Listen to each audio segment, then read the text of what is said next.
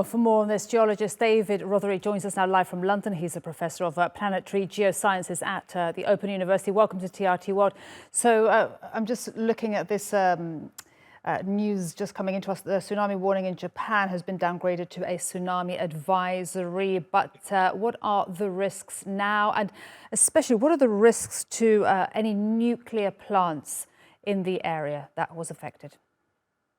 I think there are minimal risks to nuclear plants. What happened in 2011 was that the tsunami was a very big tsunami. It overtopped the defenses. It flooded the generators.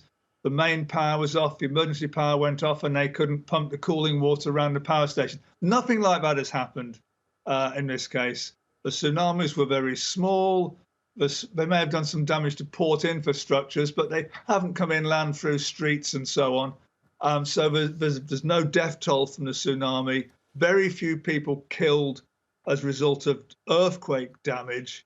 I think there's a lot of economic damage. Buildings badly damaged. There'll be sewage pipes ruptured, gas pipes, freshwater pipes ruptured, power lines down, and some roads very badly damaged as well.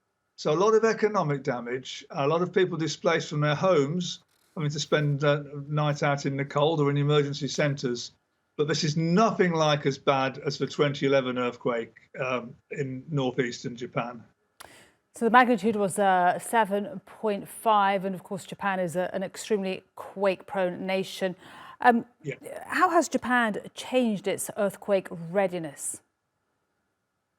Japan has been ready for earthquakes for several decades. In 2011, there was a magnitude 7.5 earthquake, which people thought was the big earthquake. And 2 days later, the magnitude 9 earthquake struck, which caused the devastating tsunami. I very much doubt that there will be a magnitude 9 earthquake in 2 days' time after today's earthquake.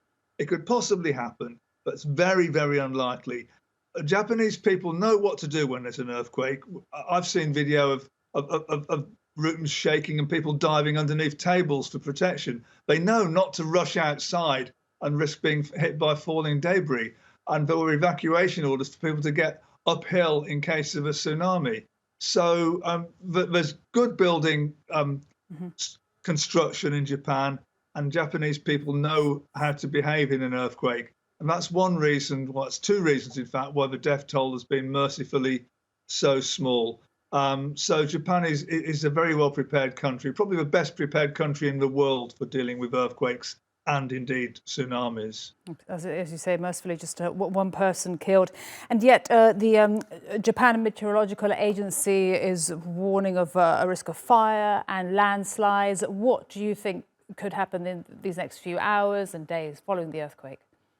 Well, fires are because of broken power lines, broken gas pipelines, perhaps, but the fires tend to start immediately after the earthquake has happened. But there will be aftershocks. There have been a dozen or more earthquakes of magnitude 4 and 5 in the 8 hours now since the earthquake, and more aftershocks will happen. They'll tend to get smaller, but ground that has been disturbed, especially if it's raining, will be prone to more slippage in a subsequent earthquake. So if there's another magnitude 5 earthquake during the hours of darkness, that could cause a landslide. So always when ground is disturbed and weakened by a major earthquake, a much smaller earthquake can cause a dangerous phenomenon to occur. Damaged buildings that haven't fallen down can be made to collapse. Landslides that were just on the point of happening but haven't yet happened can be triggered. So the danger is not past. It will subside over the coming days, but hopefully no more deaths. Absolutely, hopefully. David, thank you so much. David Rothery, live there from London. Thank you.